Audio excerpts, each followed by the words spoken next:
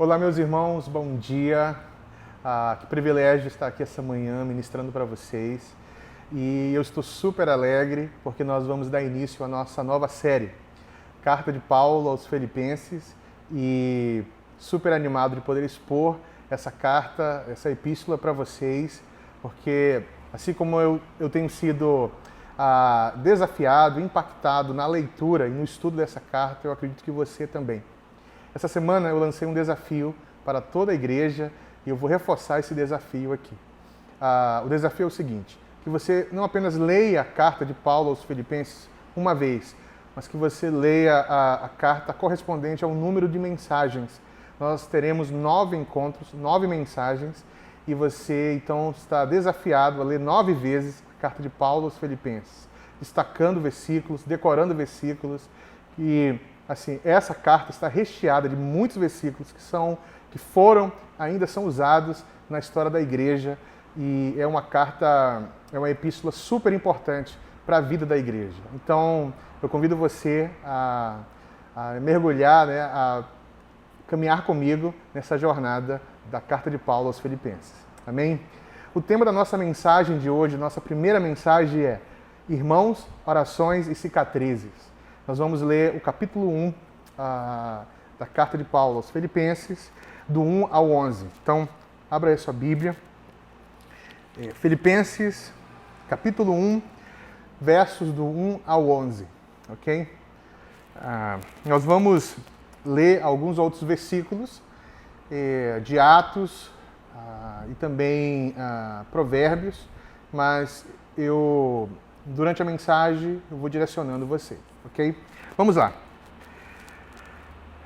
Paulo e Timóteo, servos de Cristo Jesus, a todos os santos em Cristo Jesus, inclusive bispos e diáconos que vivem em Filipos. Graça e paz a vós outros, da parte de Deus, nosso Pai e do nosso Senhor Jesus Cristo. Dou graças a meu Deus por tudo o que recordo de vós, fazendo sempre com alegria e súplicas por todos vós, em todas as minhas orações, pela vossa cooperação no Evangelho, desde o primeiro dia até agora. Estou plenamente certo de que aquele que começou boa obra em vós há de completá-la até o dia de Cristo Jesus. Aliás, é justo que eu assim pense de todos vós, porque vos trago no coração, seja nas minhas algemas, seja na defesa e confirmação do Evangelho, pois todos sois participantes da graça comigo, pois minha testemunha é Deus, da saudade que tenho de todos vós, na terna misericórdia de Cristo Jesus. E também faço esta oração, que o vosso amor aumente mais e mais em pleno conhecimento e toda percepção, para provardes as coisas excelentes e serdes sinceros e inculpáveis para o dia de Cristo, cheios de frutos de justiça, o qual mediante Jesus Cristo, para a glória e louvor de Deus. Amém. Até aqui. Convido você a orar comigo e nós vamos dar início à nossa mensagem. Pai amado, eterno Deus de misericórdia, te louvamos, Senhor, porque somente pela Tua graça nós podemos estar aqui hoje, nessa transmissão, nesse culto, podendo compartilhar a Tua palavra, podendo ser edificado pela Tua palavra. Então eu peço que nessa manhã o Senhor venha abençoar o início dessa série, que seja uma série assim, preciosa, poderosa, que fale aos corações dos meus irmãos, que traga que eles cresçam na fé, no entendimento, que eles possam louvar e glorificar o Senhor, que no final dessa série eles possam olhar para trás e perceber a mudança que o Teu Espírito causou e tem feito na vida de cada um. Então eu oro te agradecendo e clamando no nome de Jesus. Amém. Amém. Gente, nós vamos começar o estudo em Filipenses e nós vamos iniciar falando da importância de ter pessoas ao nosso redor, amigos conosco, que nos conduz a Cristo, né? Dos tipos mais difíceis aos menos difíceis, né? Todos nós temos amigos, talvez nem tanto quanto gostaríamos, mas nós temos amigos. E eu gostaria de dar uma introdução a respeito desse assunto de amizade, porque a carta de Paulo aos Filipenses, principalmente esse primeiro capítulo, vai tratar um pouco, se não o fundamento, a base, é toda dentro dessa percepção e dessa instrução sobre a amizade, né? Então todos nós temos amigos, alguns mais, outros de menos, mas todos nós temos. Amigos passados, né, que você encontra e passa anos sem se ver, e quando você reencontra, parece que é imediato, a conversa flui, né, a conversa fica fácil e parece que vocês nunca ficaram distantes, né? Talvez você tenha amigos assim, ou você tem amigos que você sabe que já foram próximos, você encontra depois de algum tempo e você se pergunta, como nós fomos amigos? A gente é tão diferente, né? Não sei se você já passou por essa experiência. Ou talvez você já teve a experiência de encontrar um amigo na rua de longa data, né? Gente que foi próxima de você, mas você nem lembra o nome. É estranho, não é mesmo? Eu já passei por essa situação, né? Então você tem amigos? Essa é uma pergunta. E você tem amigos dentro do povo de Deus? Dentro do povo de Deus? Essa é uma outra pergunta para você meditar, né? Por quê? Porque Paulo está escrevendo uma carta aqui para os velhos amigos. Amigos no Evangelho, né? Ele está preso e tem recebido o auxílio desses amigos. E agora ele deseja auxiliar de volta esses amigos, né? Cuidando uns dos outros, né? A carta de Paulo aos Filipenses é conhecida como a Epístola da Alegria. Muito interessante.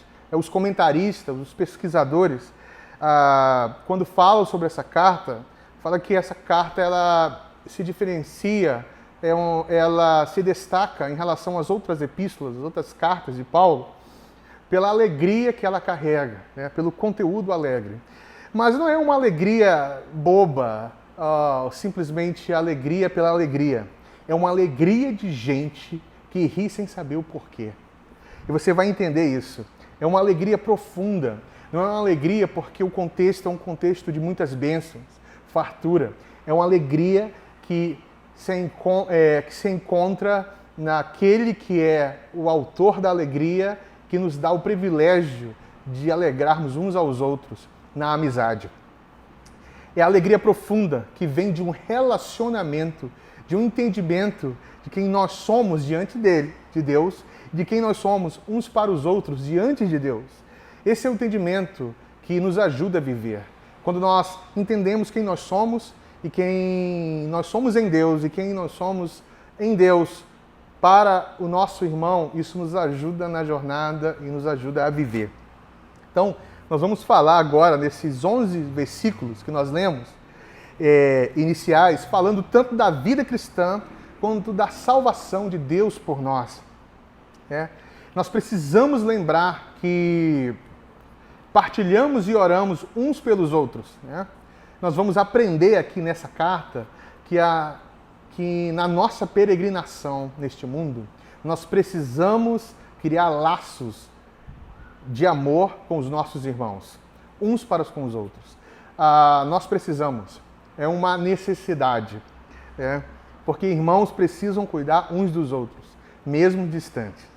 Então, aqui é uma carta, essa carta é uma carta de um amigo e pastor, uma carta bem pessoal. Você vai entender, você vai perceber que essa carta é uma carta pessoal, traz algumas características.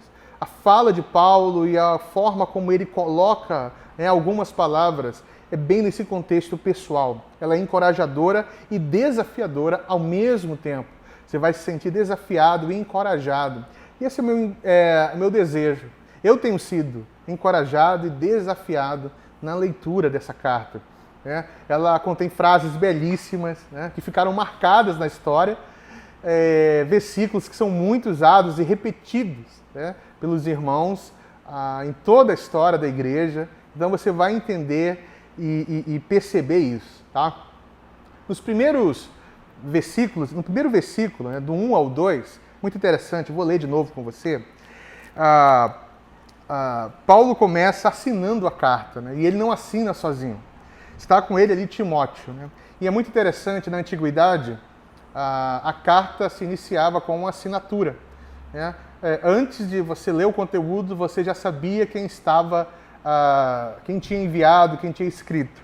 Então, Paulo e Timóteo, servos de Jesus, a todos os santos em Cristo Jesus, inclusive bispos e diáconos que vivem em Filipos. Graça e paz a vós outros, da parte de Deus, nosso Pai e do nosso Senhor Jesus Cristo. Observe que Timóteo está com ele e nesse momento Timóteo ainda não tinha sido enviado. Depois Timóteo foi enviado para Éfeso, onde depois Paulo escreve mais 2 cartas a Timóteo, já Timóteo pastoreando em Éfeso, né, que é a primeira e a segunda carta a Timóteo. Mas para quem é essa carta de Filipenses, né? Para todos os santos, nós lemos isso, inclusive bispos e diáconos, né? É interessante, cada membro ali precisava ler, cada santo ali precisava ler, entender e tirar proveito do que Paulo estava escrevendo. Mas por que Paulo menciona bispos e diáconos? Muito interessante isso. Será que bispos e diáconos não fazem parte da Assembleia dos Santos? Não fazem parte daqueles que são santos na igreja? Que muitos entendem e é percebível isso, é que Paulo está já corrigindo um problema de ordem. Né? Nem todos têm a mesma função no corpo, né, de Cristo. Nem todos fazem o mesmo trabalho ou exercem a mesma função. E aqui Paulo está corrigindo e apoiando pessoas que ele reconhecia como líderes e como pessoas que estavam ali pastoreando aquela casa, né? Então, vamos perceber ao longo da carta, né? Ao longo da carta você vai perceber isso, que havia um senso de autoimportância crescendo no coração das pessoas e que Paulo precisava tratar. E ele trata mencionando bispos e diáconos. Bispo, usado aí de uma forma intercambiável, né? Na mesma ideia de presbíteros, tá? Como pastores ou pessoas que cuidam. Diáconos, como você talvez já tenha lido ali, quando eles surgiram, quando eles foram levantados, né? Para ajudar no auxílio da igreja, auxílio aos pobres, enfim. Paulo estava corrigindo, Paulo estava falando, existem homens que estão aí, que eu reconheço a autoridade e que vocês precisam se submeter. É muito interessante isso. Mas, gente, é muito importante nós entendermos por que Paulo fala com tanta intimidade a essa igreja. Porque Paulo fala como se estivessem falando com amigos muito íntimos, né? Então, a jornada aí de Paulo com a igreja de Filipos, né, com os filipenses, começa lá em Atos 16. Vamos lá, vamos ler Atos 16 para entendermos um pouco o que está acontecendo aí, gente. É interessante, após pregando num tempo aí na Ásia Menor, Paulo e seus amigos foram pregar na Macedônia, né? E Atos 16, a partir do verso 6, fala assim: e percorrendo a região Frígia e Gálata, tendo sido impedido pelo Espírito Santo de pregar a palavra na Ásia, defrontando Mísia e tentando ir para Bitínia, mas o Espírito de Jesus não permitiu, e tendo contornado Mísia, desceram a Troade. À noite sobreveio a Paulo uma visão na qual um varão macedônio estava em pé e lhe rogava, dizendo: passa a Macedônia e ajuda-nos. Assim que teve a visão, imediatamente procuramos partir para aquele destino, concluindo que Deus nos havia chamado para lhes anunciar o Evangelho. Aí você vai continuar lendo e você vai perceber que eles passaram, né, atravessaram e entraram na cidade de Filipos. E Filipos era uma cidade que tinha recebido esse nome em honra ao pai de Alexandre o Grande, né? Filipe da Macedônia. Filipos tinha sido conquistado um século anterior a Paulo pelos romanos e agora era uma espécie de colônia, né, romana, onde a língua principal era o latim e ali vários soldados aposentados, né, oficiais do exército romano, estavam ali. Então era uma cidade muito, muito importante. E Paulo chegando a esse lugar, depois você pode continuar lendo em Atos 16, ele chegando a esse lugar, ele foi pregar a palavra. Né? Mas o interessante é que em Filipos não existia sinagoga, tá? Não tinha sinagoga. Não sei se você recorda, mas Paulo, toda vez que ele chegava numa cidade, ele ia até a sinagoga pregar sobre Jesus, falar sobre que Jesus era o Messias e pregar o Evangelho. Mas em Filipos não tinha uma sinagoga. Então Paulo vai à margem do rio. E era muito comum, tradicionalmente, quando um grupo de judeus que estavam numa cidade, não tinha um grupo muito grande de judeus e não tinha uma sinagoga, eles se reuniam um sábado e também em outros dias à margem do rio para adorar a Deus. E Paulo foi à margem do rio e ali encontrou, você vai perceber isso em Atos 16, um grupo de mulheres adorando a Deus e lá ele prega a palavra, né? Ele anuncia o Evangelho e você vai perceber que Lídia, uma vendedora de púrpura, se converte, né? E aí inicia toda uma jornada para a implantação da igreja na cidade de Filipos. E logo depois, Paulo ele tem um episódio de uma jovem que estava possuída e que adivinhavam, jogavam sorte e as pessoas muitos ganhavam dinheiro com ela. Paulo expulsa o demônio e liberta aquela moça e as pessoas que ganhavam dinheiro ficaram super chateadas, prenderam, né, mandaram prender, denunciaram. Paulo e Silas foram presos, né, e não sei se você se recorda disso, estou fazendo aqui um breve resumo. E naquela noite, na prisão, eles cantaram e houve um grande terremoto, o anjo libertou Paulo e Silas. O carcereiro pensava que eles tinham fugido, mas eles não tinham fugido. E ali eles pregaram, o carcereiro e toda a família do carcereiro foi salva. Depois Paulo foi expulso da cidade. Gente, interessante aí. Paulo então tem uma história, né, com aquele lugar. Né? E Paulo segue viajando, pregando, e agora, tá, depois, mais ou menos 10 anos, 11 anos depois, tá, é uma estimativa assim, de data, nós temos Paulo em Roma, preso. Né? Então, a carta de Paulo aos Filipenses, ela faz parte de um conjunto de cartas chamado Cartas da Prisão. Tá? Mas ela tem uma característica diferente das outras cartas da prisão. Então, nós temos aí Atos 26, 28, mais ou menos. Paulo está ali preso em Roma, então ele escreve essa carta, né? E aos seus velhos amigos de Filipos, né? Ele fala: eu vos trago no coração e nas minhas algemas. Eu estou preso, mas vocês estão aqui comigo. Então é uma carta riquíssima, é uma carta cheia de afeto, de verdade, onde você percebe um princípio sendo ensinado, mas não um princípio pelo um princípio, mas existe amor envolvido, paixão envolvida, existe uma aliança nisso tudo. Você vai perceber isso. Tá?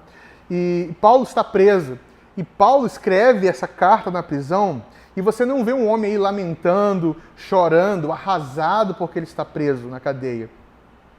Ele está alegre na cadeia. Veja que eles não se veem aí há muito tempo, tá? E Paulo, sei lá, poderia estar pensando, será que mudou alguma coisa? Será que eles abandonaram ou não abandonaram? Mas ele trata todos aqueles irmãos como irmãos preciosos e pessoas que ele quer ver muito, né? Então, até porque Filipos, a igreja dos filipenses, não era uma igreja assim muito complicada, como a igreja de Corinto, dos Gálatas, né? Filipos até estava bem aí. Mas não é porque uma igreja estava bem, né, em comparação a outras igrejas, que Paulo ia relaxar no ensino, né?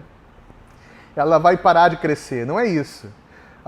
E às vezes nós cometemos um erro muito grande como liderança. Nós comparamos a nossa igreja com outras igrejas, falamos, em relação àquela igreja ou àquela congregação, isso é muito errado, mas às vezes fazemos isso. Nós estamos até bem, mas nós deixamos de tratar pequenas coisas porque nós fazemos essa comparação. Porque não é tão assim como a outra, nós não tratamos. O problema é que pequenas coisas daqui a pouco tornam-se grandes coisas.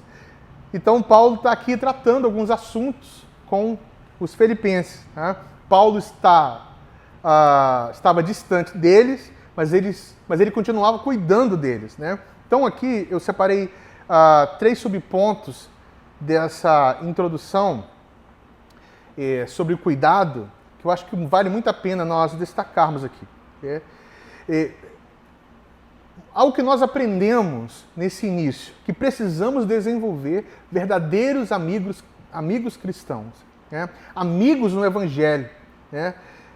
Amigos que mesmo depois de alguns anos, mesmo que você esteja longe, eles ainda irão cuidar de você, né? Você pode pegar o telefone, ligar, enviar uma mensagem, fazer uma videochamada, enfim.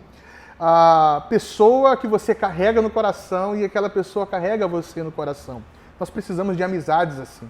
A igreja precisa se envolver e se relacionar nesse nível de amizade, né? Onde pessoas levam umas às outras no coração. Imagina, Paulo, o grande missionário, né? O grande teólogo, um herói da fé, precisa de amigos na jornada, né? Para cuidar dele e ele cuidar desses amigos na caminhada. Eu e você não somos melhores. Nós precisamos. Se Paulo precisava dos seus amigos e seus amigos precisavam de Paulo, nós precisamos.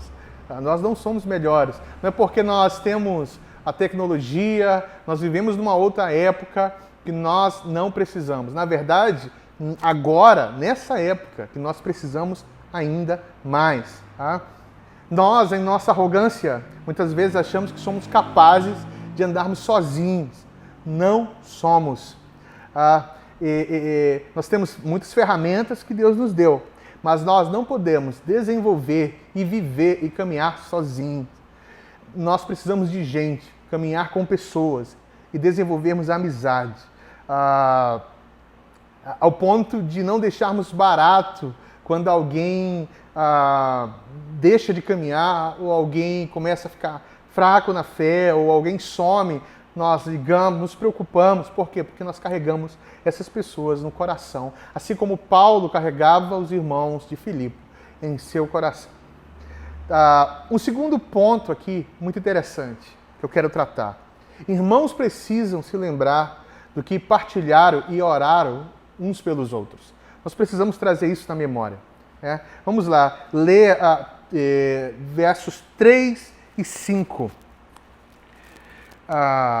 Paulo fala assim: dou graças a meu Deus por tudo que recordo de vós, ou quando sempre lembro de vós, né? Fazendo sempre com alegria e súplicas por todos vós, em todas as minhas orações, pela vossa cooperação no Evangelho, desde o primeiro dia até agora.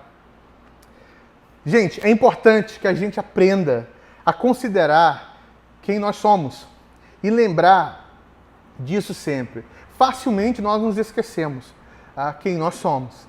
E a palavra aqui a palavra de Paulo é: dou graças a Deus por tudo que recordo de vós. A pergunta é: Será que Paulo só lembrava das partes boas? Será que Paulo só recordava de momentos bons? Né? Às vezes nós fazemos isso, né? Vamos só lembrar das coisas boas para manter a amizade. E não é assim, né? Será que Paulo tinha esquecido das rivalidades, dos problemas, dos desentendimentos? Será que nunca teve uma palavra atravessada entre Paulo e aqueles irmãos? Veja que Paulo ora para os seus amigos de longe. Paulo normalmente começa suas cartas rogando a Deus e agradece por eles. Né? Por quê, gente? Porque Paulo entende que o seu relacionamento com seus irmãos acontece no ambiente de súplica e oração. Tá? Agora, como Paulo pode ser grato por tudo que lembra de todos eles? Essa é uma grande pergunta. Como é que Paulo pode ser grato? Como? Por exemplo, eu não sou grato por tudo que eu lembro dos meus irmãos e amigos. E eu imagino que eles também não são gratos e por tudo que lembram de mim. Né? Mas como nós podemos mudar isso? Como nós podemos pegar Paulo como exemplo e começar a viver isso? Né? Mas como nós podemos mudar isso em nossos relacionamentos? O que podemos fazer para que isso aconteça?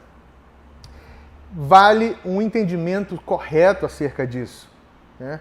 Por quê? Vamos lá. Paulo e Timóteo começam se apresentando como servos de Jesus Cristo. Gente, aqui está toda a diferença. Paulo, servos, né? A palavra servos aí, doulos, significa escravo, né? Escravo de Jesus Cristo. Tanto no contexto grego quanto no contexto hebraico, trata da mesma coisa. Escravos. Trata de alguém que tem sua vida guiada não por seus próprios interesses, mas que entrega sua vida para ser guiada por um mestre, né? por um senhor. Então Paulo e Timóteo entendem que eles são escravos de Jesus Cristo. E pode um escravo ser alegre? Sim. Né? E principalmente se for um escravo de Jesus Cristo. Tá? E aqui está toda a diferença. Na verdade, os filipenses precisavam ver que a autoridade de Paulo e Timóteo não vinha porque eles eram apóstolos ou pastores, mas a autoridade vinha justamente porque eles eram escravos de Jesus Cristo. E aqui está a grande chave. Né? Todos nós somos escravos e servimos a alguma coisa. A questão é, a quem nós servimos? Quem é o nosso Senhor? Quem nos escraviza, né?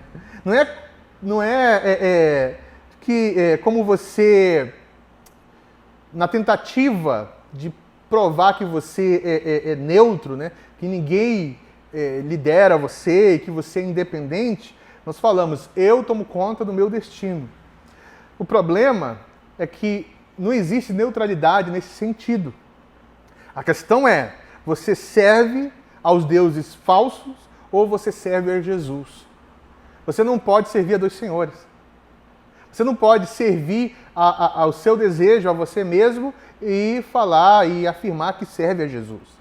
Paulo e Timóteo estão aqui afirmando, né? Nós somos escravos de Jesus, ou seja, nós não servimos a nós mesmos, nós servimos a Jesus. E aí está a diferença, tá? Você olha ao seu redor, no lugar que você congrega, você se percebe como um servo? Será que todos ali de fato servem ao Senhor? Então, vale uma pergunta, sabe? Nós precisamos entender que a chave para viver um relacionamento onde nós lembramos de todas as coisas e somos gratos pela vida dos nossos irmãos, é porque nós precisamos entender quem nós somos. Somos servos. Precisamos entender que nós somos servos. E o mesmo Senhor que nos ajuda, Ele ajuda o nosso irmão. Né? Assim como Deus muda a nossa atitude, Ele pode mudar a atitude dos nossos irmãos. Né? Então, todo e qualquer tratamento de problema que o apóstolo Paulo vem tratar nesse contexto, ele começa assim, somos irmãos e servos cuidando uns dos outros. Até porque, meus irmãos, fica mais fácil lidar com outras pessoas sabendo que elas têm um dono que a ama, né? Que as amam e protege. Fica muito mais fácil. Nós não somos donos das pessoas. As pessoas têm um dono, têm um Senhor, que é o Senhor Jesus Cristo. E é mais fácil ainda lidar com o outro lembrando de quem você é, né? E quem é seu dono, né? E que, em última instância, você não é o Senhor da sua vida, mas que você está nas mãos de alguém. Porque Paulo conseguia lembrar de todas as coisas, de tudo com esses irmãos e ser grato. Porque mesmo com conflito, mesmo com dificuldade, o nosso Senhor é o mesmo e nós somos servos. Servos do Senhor e servos uns dos outros. Gente querida, Paulo sofreu muito nessa vida. Sofreu perseguição, gente querendo matá-lo, fome, açoite, naufrágio, picada de cobra, prisão, tudo por pregar o Evangelho. E o interessante, uma das coisas que eu fiquei pensando, é como Paulo conseguiu resistir a tudo isso. Como nós podemos resistir a tudo isso, né? Pela força de Deus, é claro. Sim, pela força de Deus. Mas muitas vezes a maneira que Deus nos fortalece é justamente por meio dos outros servos. Essa é uma das principais maneiras que Deus usa para trazer paz ao nosso coração. É para dar o famoso apoio, né, do Senhor em nossas vidas. É por meio dos relacionamentos dos servos, irmãos e irmãs. Sabe, Paulo teve muitos amigos ao longo da jornada. Alguns serviram por um tempo, outros ficaram até o final. Amizades diversas que andavam com ele na jornada. Sabe, e porque Paulo conseguiu resistir a tudo isso? Porque ele não estava sozinho. Ele tinha servos e servas de Jesus que também o serviam e cuidavam dele. E algo assim que me deixa capturado pelo texto é essa pergunta, tá, que eu fiz aqui no sermão. Mas por que a amizade e o amor de Paulo aos irmãos em Filipos permaneceu? Né? Permanece. E ele explica no verso 5, ele fala assim, ó, pela vossa cooperação no Evangelho, desde o primeiro dia até agora. Ou seja, gente, aqueles irmãos estavam com Paulo desde o primeiro dia até aquele presente momento. Eles estavam ali juntos, na jornada, na labuta, sabe? Na guerra com ele. Mesmo Paulo distante, preso, eles continuavam orando e cooperando com o seu irmão. Eles estavam cooperando com o apóstolo. Eles estavam cooperando com o servo de Jesus Cristo. E Paulo era muito grato por essa amizade. Ele estava... Você percebe uma emoção ali no texto, quando Paulo fala desses irmãos, né? Um amor e uma amizade que foi forjado na fornalha da aflição. Sabe, não é uma amizade só porque um supre o afeto do outro, mas uma amizade forjada na fornalha. Um amor que tem rigor, sensatez, um amor que resiste, sabe? Um amor que mesmo a distância não consegue romper, trazer uma ruptura, né? Tem um contínuo cuidado, mesmo à distância. E isso fez com que o Paulo e os filipenses tenham cicatrizes, tá, compartilhadas, que formaram um vínculo em Jesus, que não se rompem facilmente. Sabe, que não se rompem facilmente. Eu não sei, você já participou de rodas de velhos amigos, né? Que compartilharam velhas histórias, né? É bom demais, não é? A gente fica lembrando de aventuras, das vergonhas que a gente passou. Do início, eu lembro que algumas vezes eu sentei com pastores, outros irmãos da igreja, lembrando do início da igreja, sabe? Das coisas engraçadas, das vergonhas que passamos, das visitações de Deus e tudo que até agora nós temos passado juntos, lembrando dos primeiros passos como discípulos de Jesus nessa comunidade, né? E, gente, eu fiquei meditando em tudo isso. E eu fiz uma anotação aqui que mexeu muito comigo. É muito mais difícil você se irritar com seu irmão quando ele faz algo errado com você, sei lá, quando ele peca contra você ou fura uma fila, né? É muito mais difícil você se irritar com ele se você já tiver ido à guerra com ele. Irmãos que foram forjados na guerra, né, que foram para a guerra com você, não se irritam facilmente, não te abandonam facilmente. Eles não rompem amizades por divergências, porque eles sabem que eles são servos. Né? Nós somos espinhosos, nós somos difíceis de lidar, mas quando já sofremos juntos, quando já caminhamos algumas milhas juntos, a gente aguenta mais um do outro. Você sabe por quê? Nós podemos lembrar de todas as coisas boas e as coisas difíceis, as complicadas, as divergências, e agradecer a Deus, porque nós temos cicatrizes, nós já fomos para a guerra juntos, nós temos algumas milhas. E isso me ensinou muito. E eu me emociono em falar sobre isso. Porque quem vai para a guerra junto, tem cicatriz de guerra juntos. E não é uma divergência, uma opinião ou um ego que pode romper um elo e separar, porque nós temos um só Senhor. E somos servos do Senhor, uns dos outros. Sabe? Talvez muitas vezes você pode pensar assim que a sua história na igreja foi marcada por tantas coisas ruins. Sua jornada cristã, de igrejas que você passou, até mesmo dentro da nossa igreja. Né? Nós somos um povo tão imperfeito assim, mas ainda bem que servimos um Senhor que é perfeito, que está nos aperfeiçoando. Né? Fomos marcados por maus momentos, fofocas, desentendimento, cada um buscando o seu próprio interesse, sabe? Todo mundo, às vezes, pessoas buscando desenvolver o seu ministério e se esquecendo do que é principal, honrar a Deus, honrando os nossos irmãos.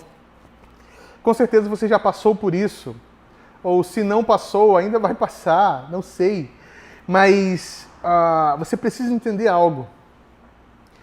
Que quando você entende que você é servo de Jesus Cristo, que você pertence a Ele, isso é quem você é, e que o seu irmão pertence ao Senhor, que vocês estão numa guerra juntos, vocês estão caminhando uma jornada juntos, vocês têm cicatrizes de guerra, nada pode romper esse elo. Eu me irrito com meus amigos, eu me irrito com irmãos da igreja, com liderança, eu me irrito com gente que eu amo, mas quando eu penso que o que já passamos, o que já trilhamos até aqui, essa irritação se torna uma poeira, coisa muito simples, porque nós servimos ao Senhor. Sabe, irmãos, nós vamos nos desentender, quase não sai a palavra, como irmãos da igreja. Vai acontecer, se ainda não aconteceu, vai acontecer. Você vai ficar magoado, você vai se desentender com alguém, mas nessa hora você não pode olhar para o seu ego.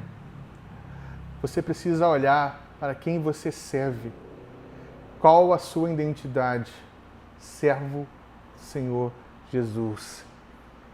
Às vezes focamos nas coisas pequenas, né? Nas diferenças, no desentendimento. Não atentamos nas inúmeras coisas que temos em comum e nas batalhas que travamos juntos. Né? Nós travamos tantas batalhas contra a morte, travamos batalhas financeiras, tantos desafios que, se nós focarmos nessas coisas menores, nós vamos estar desonrando a Deus. Nós precisamos lembrar quem nós somos. Nós precisamos treinar o nosso coração. Precisamos treinar o nosso coração. Quando você se desentende com o seu irmão, lembre-se de quem você é. E que o seu irmão ou a sua irmã também é serva. e servo de Jesus Cristo. E esse amor mútuo é forjado no labor do ministério, no serviço cristão. Pense nisso.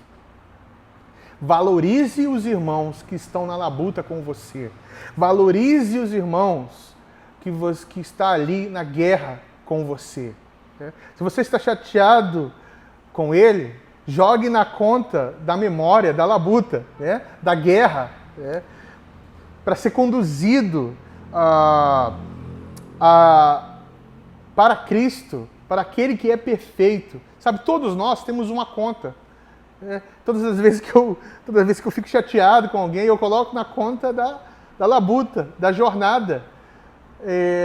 Nós já lutamos tanto que essa chateação não pode nos romper, não pode romper com aquilo com o elo que nos une, sabe?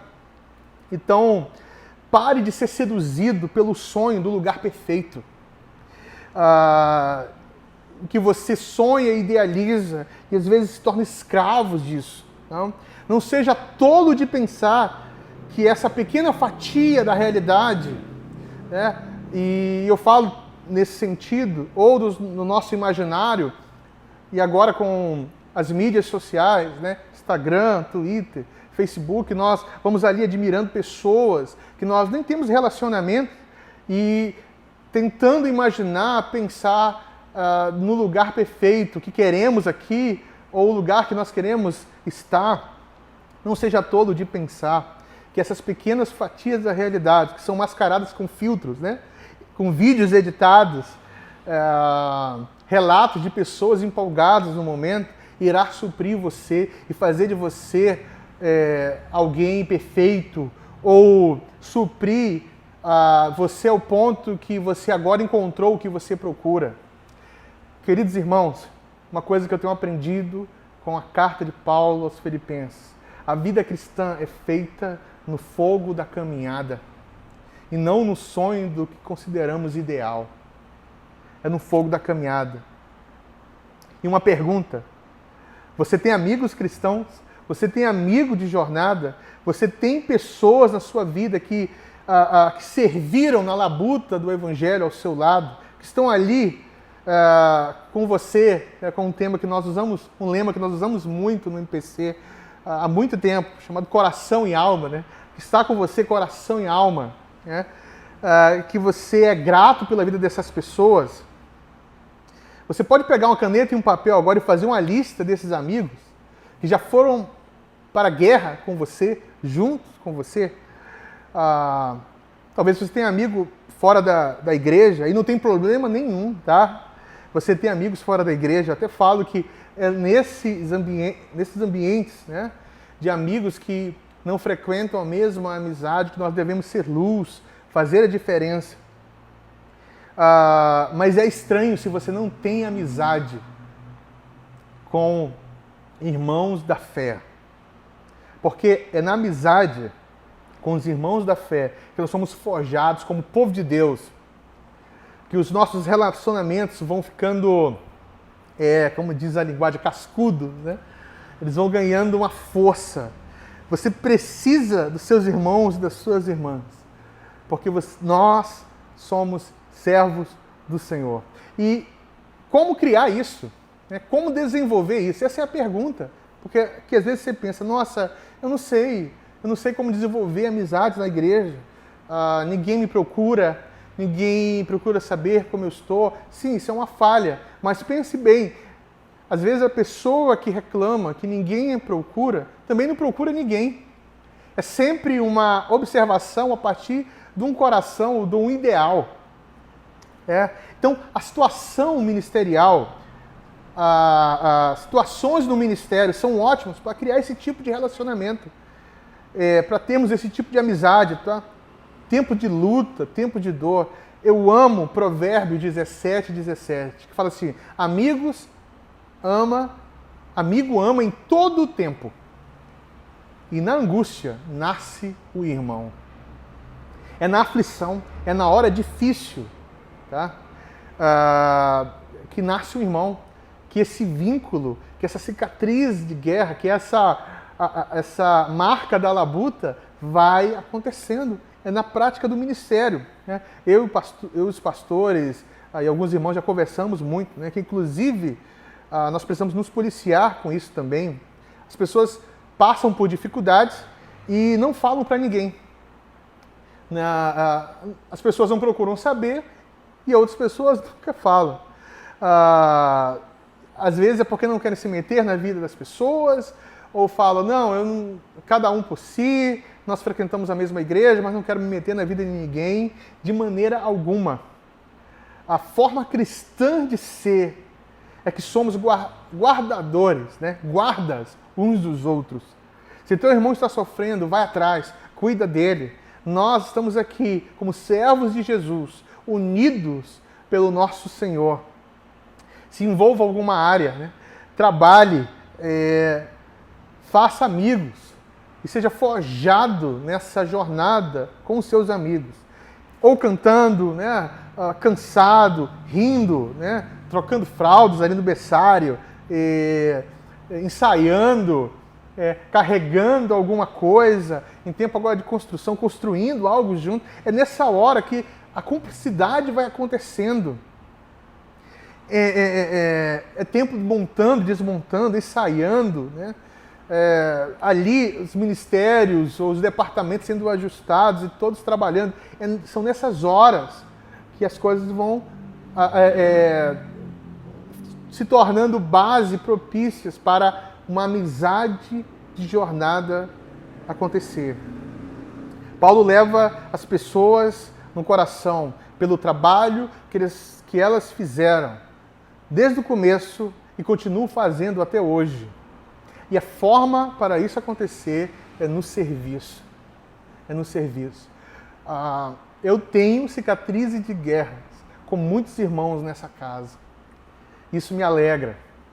Já fiquei muito triste também, que em tempos pessoas saíram, né, atentaram para si mesmo ou ouviram a voz de Deus, mas eu penso que aquilo que o Senhor tem para nós vai ser e será desenvolvido por pessoas que têm uma aliança, que estão juntos com cicatrizes de guerra, como Paulo e os irmãos de Filipe. Né? E o terceiro ponto que eu quero ir caminhando para o final é: irmãos devem encorajar uns aos outros para o crescimento em Cristo. Versos 6 e 11. Gente, isso aqui é precioso demais. Precioso demais. Ele fala assim: estou plenamente certo de que aquele que começou boa obra em vós há de completar até o dia de Cristo Jesus. Nós falamos muito sobre esse versículo, repetimos, mas nós precisamos entender o que significa. O nosso trabalho, né, de encorajar uns aos outros no crescimento em Cristo é empurrar essas pessoas até Jesus. Nosso trabalho é empurrar essas pessoas até Cristo, porque é Ele que salva, é Ele que cuida. E aqui nós temos uma segurança, que aquele que começou a boa obra, aquele que começou a desenvolver essa obra em nossas vidas, Ele vai finalizar, Ele irá finalizar. Mas Ele usa a vida dos irmãos para que nós possamos ajudar uns aos outros e empurrar, né? Cada um empurrando um ao outro para Jesus. Tá? Isso é muito precioso, nós temos uma segurança. E a melhor forma que Paulo tem para mostrar o seu amor pelos irmãos em Filipos é trabalhando e desejando que eles cresçam em Cristo. Ele faz isso por meio de orar e por meio de escrever. Né? Qual é a melhor coisa que Paulo pode fazer pelos seus amigos? É amando seus amigos, é carregando eles no coração e orando por eles. É dessa forma. E é assim que você deve orar. Orar pelos seus amigos, lembrando com alegria de tudo que você lembra deles. Trabalhando para o amadurecimento deles. Interessante, alguns falam, né, que o amor é cego. Não, cego é outra coisa. O amor não é cego. No amor existe uma percepção, um entendimento, é intencional. O padrão bíblico do amor é que ele é sacrificial, que ele guia para o amadurecimento e crescimento. Paulo fala isso, que ele está aqui, ele está ali ajudando, e ele ora isso, olha, no verso 9, e também faço esta oração, que o vosso amor aumente mais e mais em pleno conhecimento e toda percepção, para provardes as coisas excelentes e serdes sinceros e inculpáveis para o dia de Cristo, cheios de fruto de justiça, o qual, mediante Jesus Cristo, para a glória e o louvor de Deus. Você ama ver seus irmãos crescendo? Ou você está mais preocupado com o seu umbigo? Isso é forte, gente. Você vale pensar. Você está mais preocupado com o seu ministério, com o seu chamado, ou você está preocupado com o crescimento espiritual do seu irmão? Ver o seu irmão crescendo, seus pastores crescendo. Será que seu pastor está mais maduro agora do que ele era há 5 ou 10 anos atrás? Será que seus pastores, eles estão amadurecendo, não só com a idade, mas espiritualmente, intelectualmente? Será que você tem empurrado seus líderes, seus pastores para Jesus? Será que os seus pastores e seus líderes estão empurrando você para Jesus? Nós somos instrumentos de Deus para isso. E Paulo está falando que ele vai estar cuidando de nós. Sabe, quando eu penso na obra da cruz, eu penso que o nosso bom amigo morreu na cruz para que os seus velhos e maus amigos comecem não só a ter um exemplo, mas compreender que só o nosso bom amigo pode nos tornar bons amigos e é capaz de nos sustentar. E a vida está aqui. Tá? Nós precisamos nos preocupar com os nossos irmãos, orar por eles. Tá? Pare de achar que você é independente. Desenvolva amizades na sua comunidade de fé. Ajude o seu irmão a santificar. Ajude o seu irmão a amadurecer. Sabe? Caminhe com seu irmão para ter cicatrizes de guerra com ele. Para valer a pena. Para quando vocês chegarem diante do Senhor, vocês olharem um para o outro e pensar, valeu a pena. Sabe? Vocês vão observar as chagas de Jesus e vão olhar um para o outro e ver cicatrizes de guerra. Né? Em meio a esse povo difícil, a gente também não é muito fácil. Né? Nós não somos fluxicheire, né? Nós vamos apontando para Jesus e exigindo que os nossos irmãos também apontem para Jesus. Recuse ser apenas alguém virtual. Entre na realidade. Amigos apontam para a realidade. Amigos são aqueles que seguram nas nossas mãos e nos puxam para a realidade. Pessoas que decidiram viver de fato. Né? O versículo 6. Homens e mulheres que morreram para si mesmos e agora são amigos de Deus, servos de Jesus Cristo, servos dos seus irmãos, prontos para uma jornada, não de serviço ao ego e do seu ministério. Nossas maiores crises não devem ser se nós estamos fazendo o que nós queremos fazer, o que nós consideramos o nosso ministério pessoal, mas se o nosso irmão está crescendo espiritualmente ou não. Se eles estão sendo santos, se nós estamos apontando para Jesus, puxando eles para a realidade, orando e crescendo em Cristo.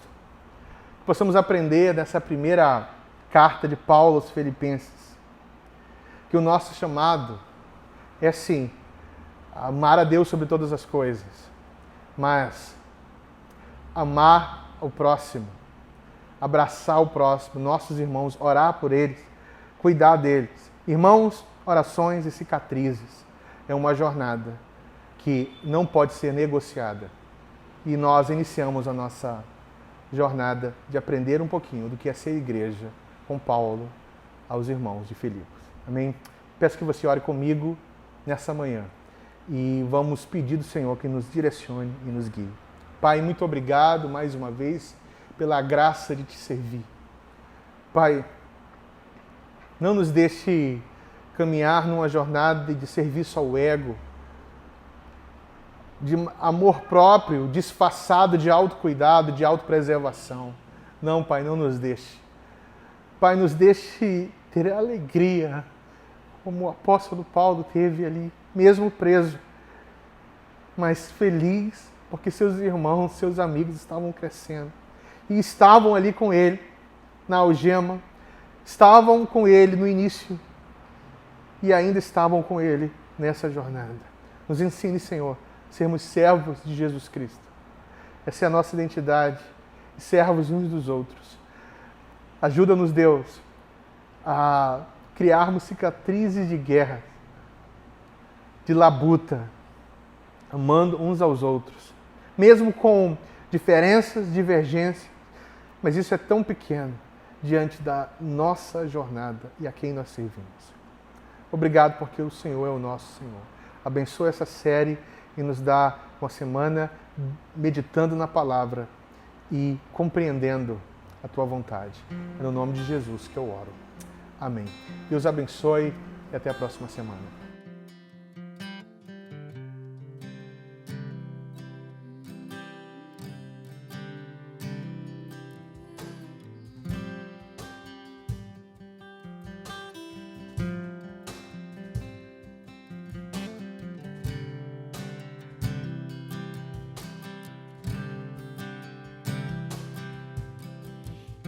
Esplendor da glória do Pai, a representação exata do seu ser.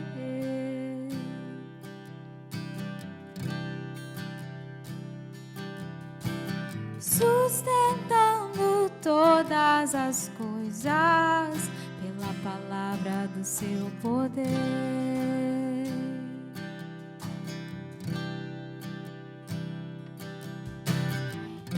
Esplendor da glória do Pai, a representação exata do seu ser.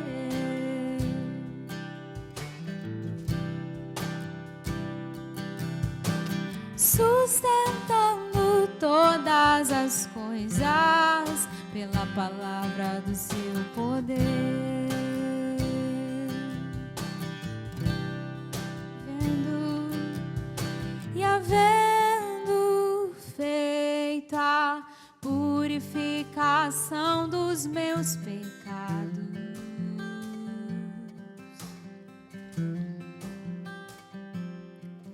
assentou-se à direita do Pai em majestade.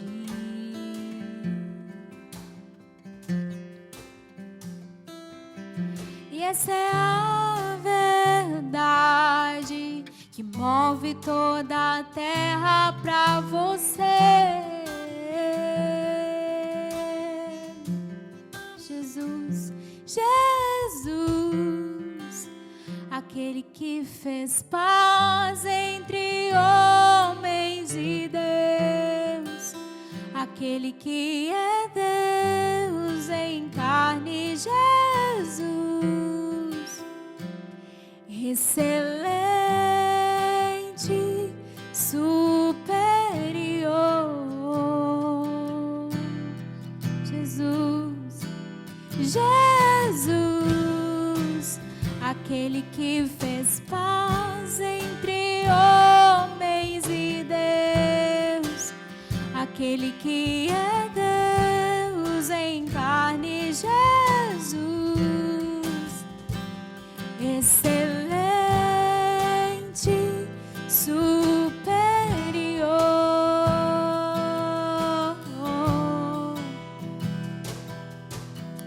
Ele é o resplendor da glória do Pai, a representação exata do seu ser.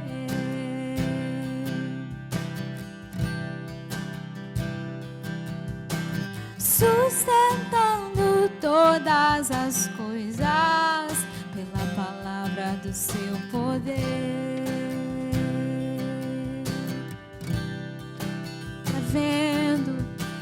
Havendo feito a purificação dos meus pecados,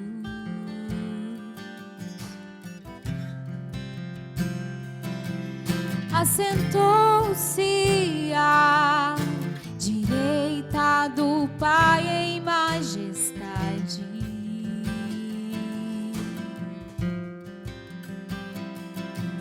E essa é a verdade que move toda a terra pra você. Essa é a verdade. Essa é a verdade que move toda a terra pra você. A única verdade. E essa é a verdade que move toda a terra pra você.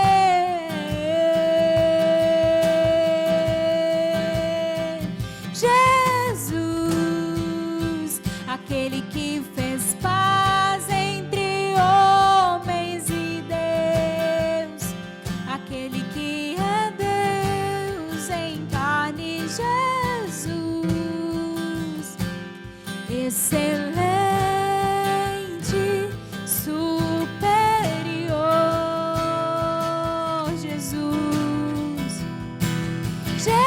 Jesus, aquele que fez paz entre homens e Deus, aquele que é Deus em carne, Jesus, excelente, superior.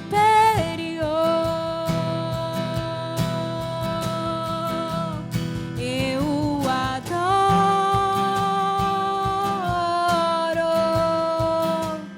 eu o adoro,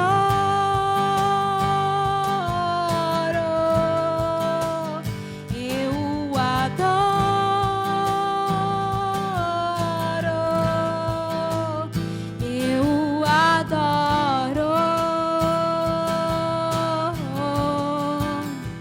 eu o adoro,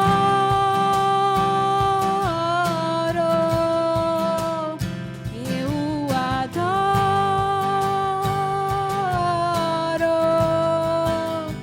eu o adoro,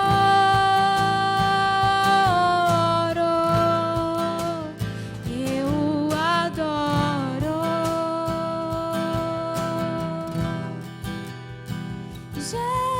Jesus, aquele que fez paz entre homens e Deus, aquele que é Deus em carne, Jesus, excelente, superior,